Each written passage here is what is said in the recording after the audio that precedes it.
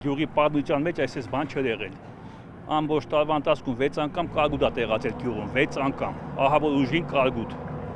Առաջինը մայիսի սկզբին շատ ուժեղ էր։ Երկրորդ եւ հաջորդ կարկտահարությունները վերջնականապես ոչնչացրել են Վրեժ Զոհրաբյանի Ծիրանի բերքը։ Արտենիի բնակչության մեծ մասն է զբաղվում այգեգործությամբ։ Չկա տնտեսություն, որը վնաս չի կրել բնական աղետներից։ Հիմա մեր հույսը կառավարությունն է, որոշել են ոչ փոխհատուցում տան։ Հիմա տեսնենք։ Մի հեկտարի տալիս են 300,000 դրամ։ Ոսկե օրինակ մի հեկտարից 10-ից 15 տոննա լավ ծիրան է մեզ ստանում։ Աջակցությունն է, բա ոնց։ Էլի գյուղացին գոնե գիտի, որ մի բան կստանա, դեմը գարուն է պասում հեսա։ Ծառերի հետը սկսվում է։ Մարդիկ սկսեն իրաց ծառեր էդել, բուժումներ անել։ Եկավ նախարարը համապատասխան մասնագետների հետ, Գևորգ Պապոյանը,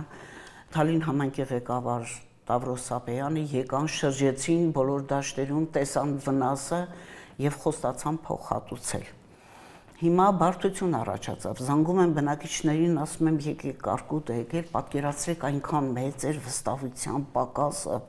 որ ասում են դե այդքան տարի եկել է ինչ են արել, որ հիմա ինչ անեն։ Բայց հետո արդեն հասկացան, որ փաստաթղթերը հավաքվում է։ Առաջին փուլում բնակիչների փաստաթղթերը հավաքել 109 հեկտար Ծիրանի այգու փոխհատուցման համար են դիմել։ Հետագայում գյուղացիները համոզվել են, որ ոչ թե հարկերի զիջման կամ այլ եղանակով է փոխհատուցվելու վնասը, այլ գումարի տրամադրման տեսքով։ Ավելին որոշում է կայացվել, որ ոչ միայն սեփականության վկայական ունեցող գյուղացիները կհատուցվեն, այլև նրանք, որոնք այգեգործությամբ զբաղվում են վարձակալած կամ այլ հողատարածքներում։ Արագածոտնի մարզում նման հողագործները քիչ չեն։ Ստեղծվեց երկու աշխատանքային խումբ, մեկը համայնքներում, իսկ մյուսը մարզային, այնուհետև այդ վնասները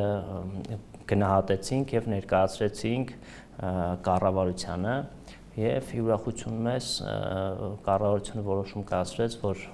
վնասները կփոխհատուցվի։ Վնասները բավականին մեծ են եղել, ընդհանուր առմամբ 200 միլիոնից ավել վնաս է պատճառել կարկուտը, շահառուների քանակը մոտ 1716 շահառու է եղել եւ արդեն համապատասխան որոշումը կա կառավարության կողմից, որ փոխհատուցվելու այդ գումարները։ Բավականին լավ է աջակցությունը, գոնե, ասենք ճիշտ է, բնական աղետ է կարկուտը, բայց երբ ուշադրություն են դարձնում գյուղի մարդկանց, ոգևորող են, մարդիկ սկսում են աշխատել, որ կարողանան արդարացնել գյուղին նետված այս մարտահրավերները։ Փոխհատուցման չափն ու վնասները հաշվարկվել են ոչ միայն համայնքի ներկայացրած ցուցանիշների, այլև մարզպետի աշխատակազմի ուսումնասիրությունների հիման վրա։ Տրամաբանությունը վերցվել է մոտավորապես գինը փոխհատուցվի, որը որ տվյալ բնակիչը գոնե ծախսել է